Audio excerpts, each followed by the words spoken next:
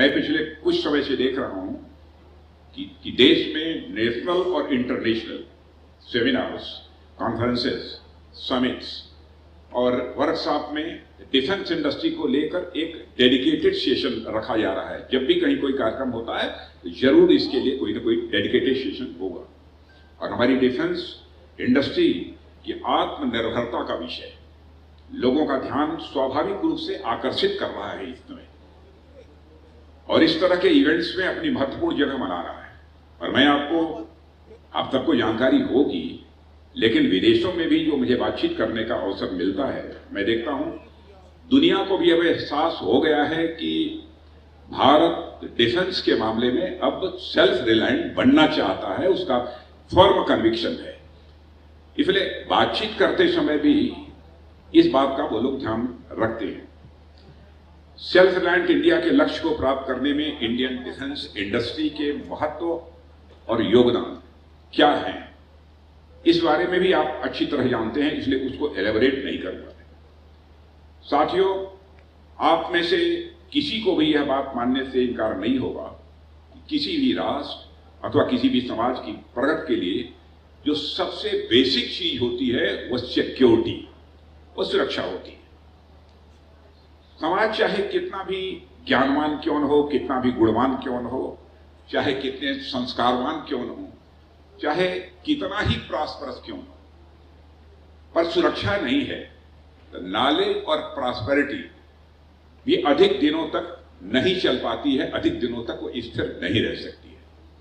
दुनिया का इतिहास यदि आप उठाकर देख लें, कला हो, साहित्य हो, संस्कृति हो, यहां से लेकर ज्ञान विज्ञान के क्षेत्र में उन्हीं समाजों ने प्रगति की है जो समाज अपने आप को लंबे समय तक सुरक्षित रख पाने में सफल हुए।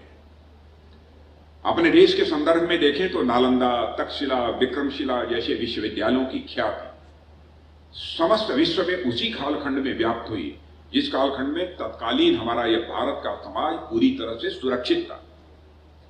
आर्यभट्ट, वराहमिहिर, चरक, सुश्रुत से लेकर कालिदास और अश्वघोष उसी कालखंड में हुए जब हमारे समाज ने अपने आप को सुरक्षित रखा हुआ था। यह सारी हिस्ट्री आपको उठाकर देखेंगे। जब हमारा समाज सुरक्षित था तभी यह सब सारी उपलब्धियां हैं।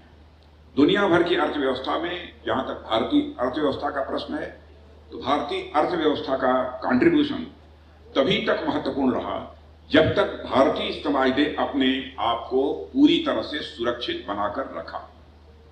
पर जैसे जैसे समय का पहिया घूमता गया, समय का चक्र आगे बढ़ता गया, वैसे वैसे हमारा समाज भी ये बदलता चला गया।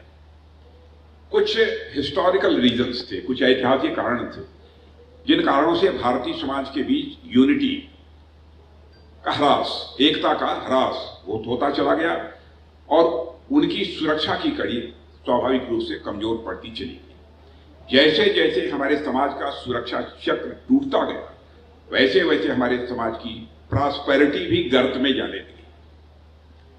क्या नहीं था इस देश में, चाहे धन हो, चाहे ज्ञान हो, शील हो, संस्कार हो, चरित्र हो, हर एक क्षेत्र में हमारा भारत अग्रणी रहा है। पर सुरक्षा के अभाव में धीरे धीरे यह देश अपना कितना कुछ खोता चला गया। क्या क्या नहीं ले गए विदेशी आक्रांता इस देश से, सोने चांदी से लेकर हीरे जवाहरात, रुपया, पैसा आदि आदि। एक समय तो वह भी आया जब भारत को सदियों तक के लिए गुलामी का ग्रहण लग गया। ग्रहण की छाया ऐसी कि भारत की आजादी के लंबे समय बाद तक भी उसका असर बरकरार रहा है। साथियों, अनेक ऐसे क्षेत्र जिसमें हम पूरी तरह आत्मनिर्भर थे, उसमें गुलाम बन गए, यानी उन क्षेत्रों में हमारी आत्मनिर्भरता धीरे धीरे समाप्त हो गई।